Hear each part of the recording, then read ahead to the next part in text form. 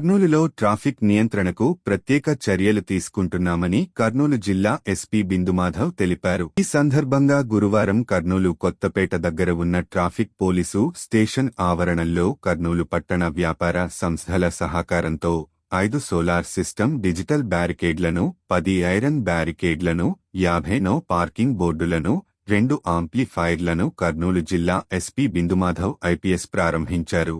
సందర్భంగా కర్నూలు జిల్లా ఎస్పీ బిందు మాధవ్ మాట్లాడుతూ మద్యం సేవించి డ్రైవింగ్ చేయరాదు, ట్రాఫిక్ రూల్స్ పాటించాలనే సూచనలను ఈ సోలార్ బ్యారికేడ్లు డిజిటల్ బోర్డుల ద్వారా తెలియజేస్తాయన్నారు.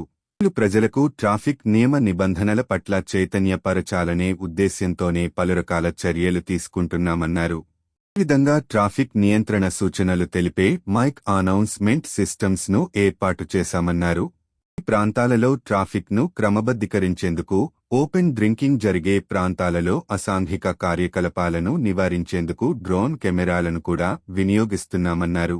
సోలార్ సిస్టమ్ డిజిటల్ బ్యారికేడ్లు, 10 ఐరన్ బ్యారికేడ్లు, 50 నో పార్కింగ్ బ్యారికేడ్లు, 2 ఆంప్లిఫైర్స్ లకు సహకారం అందించిన Chandana brothers, Ram Raj, Vijaya milk dairy, dress circle, Maha cement వారికి కృతజ్ఞతలు తెలియజేస్తున్నామన్నారు. రాబోయే రోజులలో ట్రాఫిక్ క్రమబద్ధీకరణకు ఒక ప్రణాళికతో మరిన్ని చర్యలు తీసుకుంటామన్నారు. ఈ కార్యక్రమంలో కర్నూలు డీఎస్పీ బాబు ప్రసాద్, కర్నూలు ట్రాఫిక్ సీఏ మన్సూరుద్దీన్, కర్నూలు పట్టణ సీఏలు ప్రసాద్, అబ్దుల్ గౌస్, ట్రాఫిక్ ఆర్ఎస్ఐ హుస్సేన్ పాల్గొన్నారు.